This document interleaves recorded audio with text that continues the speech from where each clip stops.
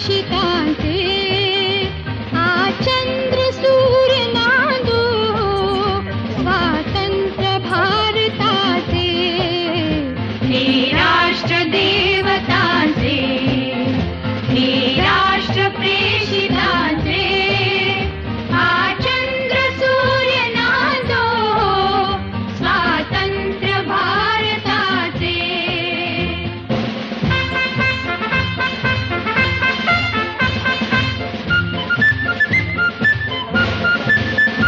कर्तव्य दक्ष भूमी सीता रघुत्तमाची रामायणे घडावी येथे पराक्रमाची शिर उंच उंच व्हावे हिमवंत पर्वताचे आचंद्र सूर्य नांदो स्वातंत्र्य भारताचे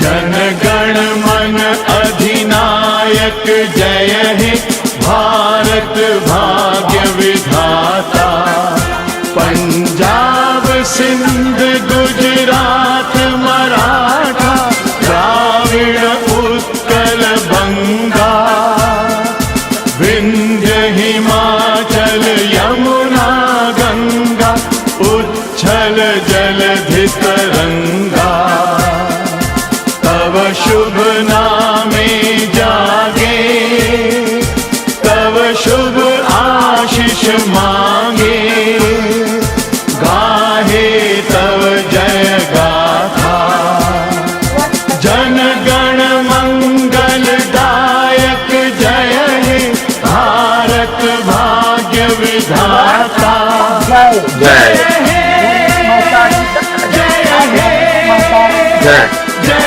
हे जय जय जय जय हे I will see that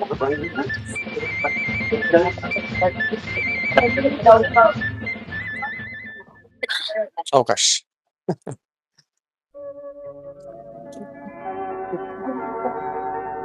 अगा स्वधर्म हा आपला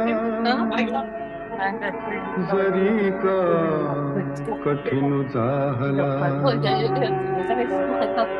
तरी हाची अनुष्ठिला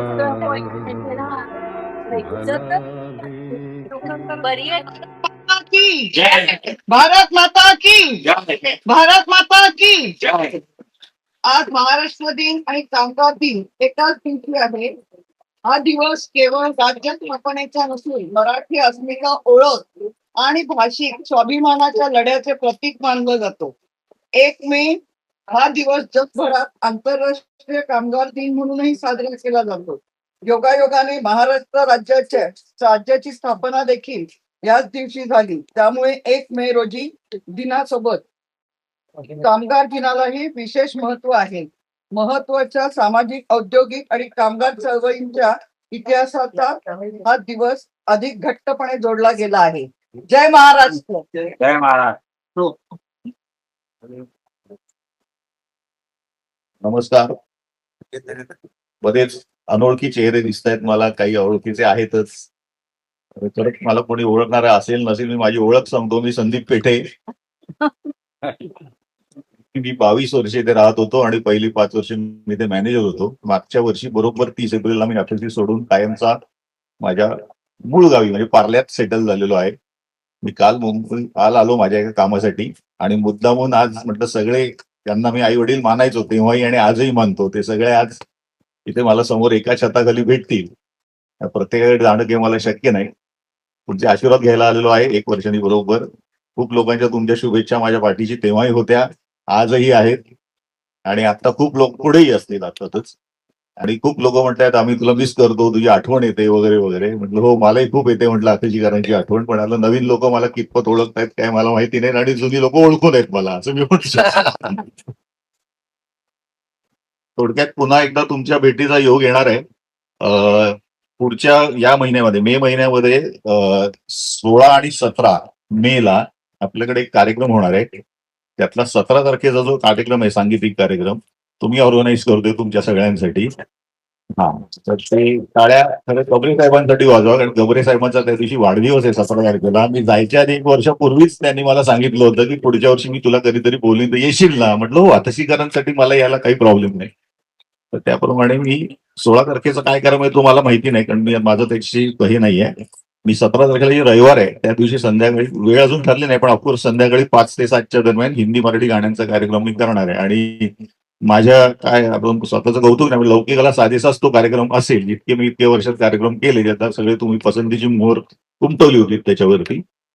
तर अजून माझे गायक वगैरे अजून ठरत नाहीये, पण ते कार्यक्रम हा मे महिना म्हणजे सगळ्यांचं परदेशात जाणं किंवा कुठे कुठे मोठमोठे आर्टिस्ट अवेलेबल नसतात. पण माझे वादक आणि ते सगळे मात्र आम्ही असू. तर मी थोडक्यात आपली परत भेट ही 17 मेला नक्की होणार आहे. आणि आज तुम्ही सगळे मला एक संघ भेटाल, एका ठिकाणी भेटाल, म्हणून मी काल आलो होतो पुण्यात आणि राहणार म्हणतात राहूया एक दिवस. आज 1 मेला आज आणि 1 वर्षही झालं काल मला. तर त्याप्रमाणे परत आपली भेट होईल. तुमच्या शुभेच्छा होत्याच आणि आहेतच, जसा हा म्हणाला त्याप्रमाणे. आणि सगळा स्टाफही मला अजूनही ते खूप जवळचे आहेत, त्यांच्याशी कधी कधी टचमध्ये असतो सुद्धा मी. तर मी हा तुमचा वेळ घेत नाहीये, कारण आपण 15 दिवसात भेटतोच आहोत परत. त्यावेळेला मी सकाळपासून असेन आता श्रीमध्ये. बस, धन्यवाद. तुम्हाला सगळ्यांना शुभेच्छा.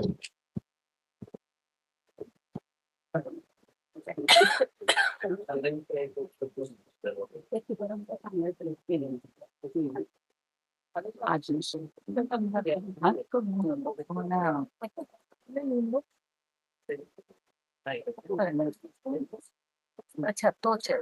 ठीक आहे.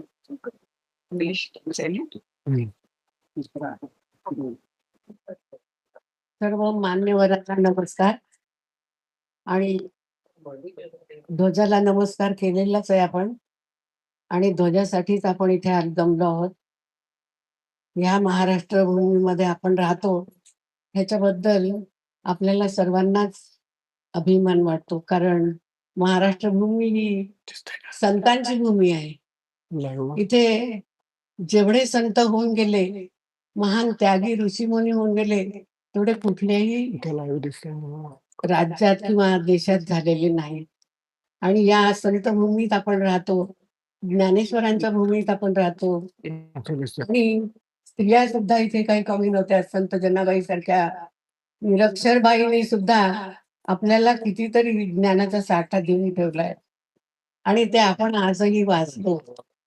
त्यामुळे त्या सर्वांच्या त्या देण्यामुळेच आपण आज बहुश्रुत आहोत म्हणा, किंवा आपल्याला बरंच काही माहिती आहे, समजतंय. तर अशा या भूमीमध्ये ह्याचं वर्णन काय करावं, अनेक कवींनी करूनच ठेवलं आहे. त्याच्यात मी काय नवीन सांगणार आता. परंतु मला खूप अभिमान वाटतो की या महाराष्ट्रामध्ये माझा जन्म झाला. आणि विशेषतः अनेक भारतामध्ये किंवा महाराष्ट्रामध्ये सुद्धा अनेक क्षेत्र आहेत, पण एका महान क्षेत्रामध्ये माझा जन्म झाला, तो म्हणजे लोणार. बुलढाणा जिल्ह्यात मेहकर तालुका आहे. मेहकर तालुका एक क्षेत्र आहे. तिथे बालाजीचं मंदिर जगात कुठेही नाही असं मंदिर आहे, आणि त्या मंदिरामध्ये एका वेळेला 1000 लोक बसू शकतील असं तर सभामंडप आहे.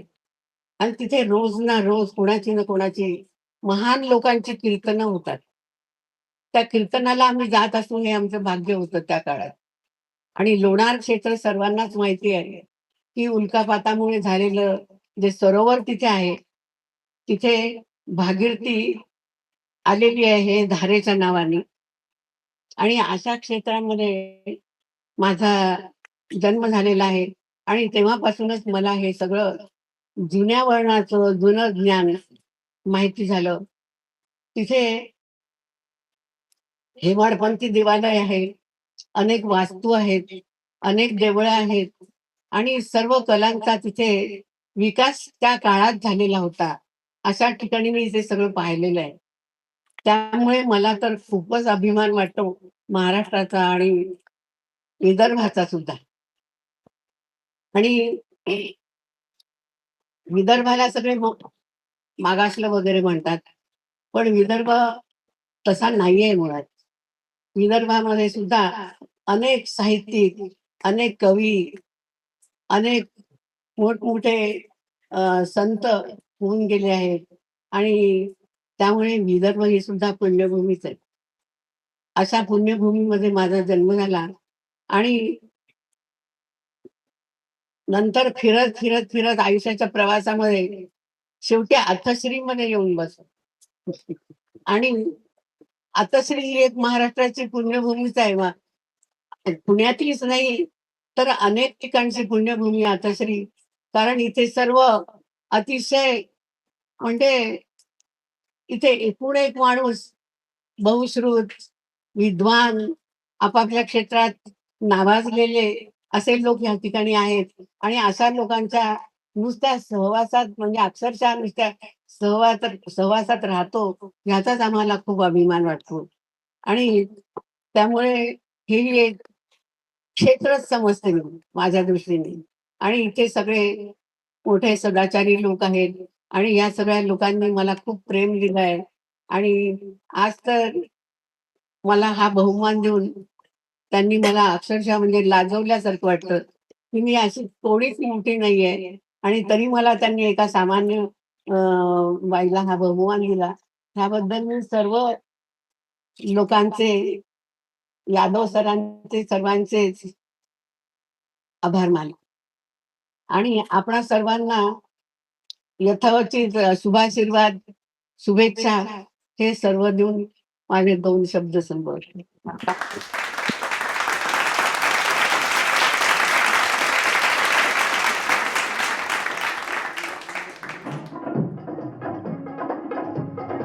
जय जय धन्यवाद. आजचा कार्यक्रम संपला आहे. तरी संध्याकाळी 6 वाजता सर्वांनी झेंडा उतरवण्याकरता हजर राहा. धन्यवाद.